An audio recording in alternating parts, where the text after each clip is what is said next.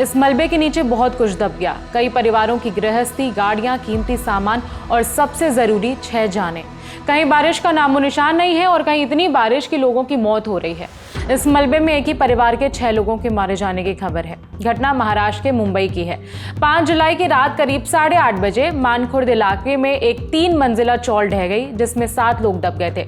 Rescue team आई और एक एक करके लोगों को बाहर निकाला गया। जब तक हॉस्पिटल पहुंचते 6 लोगों की मौत हो चुकी थी और एक बुरी तरह से घायल है। रेस्क्यू टीम का दावा है कि मृतक एक ही परिवार के थे। जान गंवाने वालों में 5 छोटे बच्चे भी शामिल थे।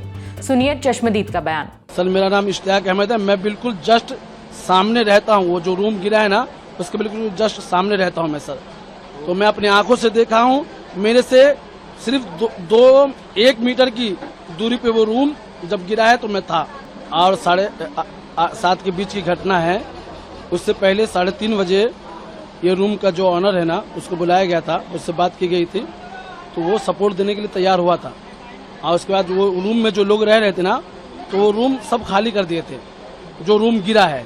लेकिन उसके 2 रूम छोड़ करके तीसरे रूम में 5 बच्चे और 1 लेडीज, 6 लोगों की दुर्घटनाग्रस्त मौत हो गई है सर। इंडियन एक्सप्रेस की रिपोर्ट के मुताबिक जान गंवाने वालों के नाम है आलिया उम्र 7 साल, मुस्कान उम्र 14 साल, निहाल उम्र 6 साल, नबिया उम्र 2 साल, सोनी उम्र 32 साल और मुनाफ उम्र 7 साल। रेस्क्यू में लगे एनडीआरएफ के असिस्टेंट कमांडेंट सारंग कुर्वे का बयान सामने आया।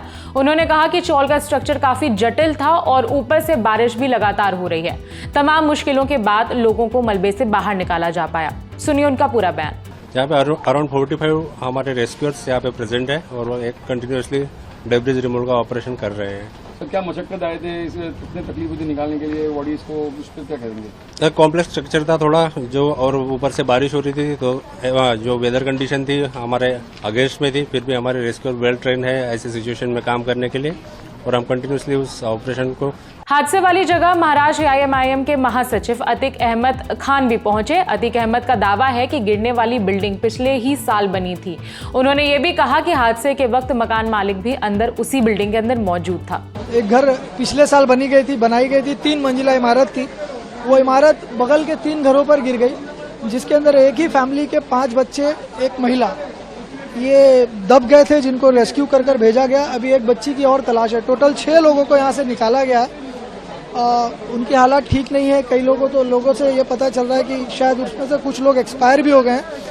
और अभी एक बच्ची की तलाश चल रही है, एक बच्चा और उसके अंदर है। और लोगों का ये कहना है कि जो रूम का ओनर था वो भी अपनी जेनों पर, सीढ़ियों पर बैठा हुआ था, वो भी उसी के अंदर दबे होने की आशंका है। 4 जुलाई को 18 साल के हसन की भी मौत हो गई थी। तेज बारिश में पेड़ हसन की बाइक पर गिर गया था। लगातार बारिश के बीच मुंबई की मेयर रितु तावड़े ने अपील की है कि समुद्र वाले एरिया से दूर रहें और घर से बाहर तभी निकले जब जरूरी हो। सुनिए उनका बयान। कि अगर आपका इम्पोर्टेंट काम है तो आपको निकलना ही है।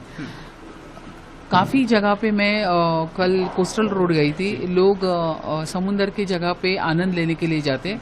छोटे छोटे बच्चों को कटड़े के ऊपर बिठाया था। ये बहुत डेंजरस है, हाई टाइड है और वहां पे जाना गलत है। तो ऐसी सब चीजें जितने हो सके उतने नहीं जाएंगे तो अच्छा है। बाकी आज का दिन, कल का दिन आप देख रहे हैं, हवा भी बहुत ज्यादा है, हाई टाइड है, तो अगर काम नहीं है तो बिना वजह नहीं निकले।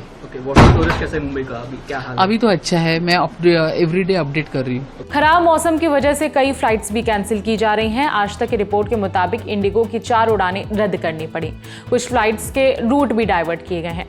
मामले से जुड़े कोई भी जरूरी अपडेट होंगे हम आप तक पहुंचाएंगे। इस खबर में इतना ही। मेरा नाम है विभावरी। देखते रहिए दी लेलन टॉप। शुक्रिया।